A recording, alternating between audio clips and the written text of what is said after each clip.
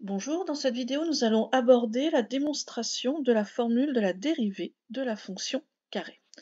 Je vous ai remis un tableau des fonctions de référence avec les formules de leurs fonctions dérivées.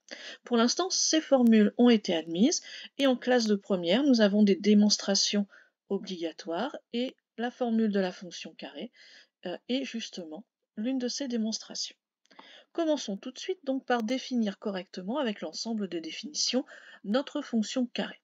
Elle est définie sur l'ensemble des nombres réels et à un nombre petit x, elle va associer le nombre x au carré.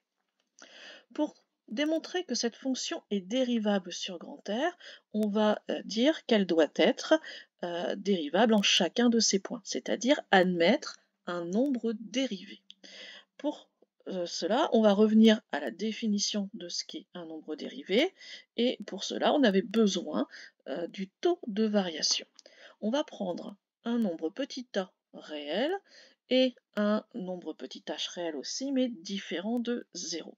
On va aller calculer le taux de variation de notre fonction entre a et a plus h. Voici la formule que vous avez déjà vue, f de a plus h moins f de a sur petit h.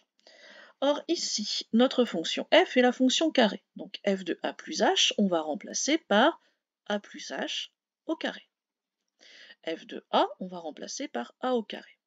Et on va essayer d'aller arranger cette expression pour qu'elle soit plus agréable à travailler.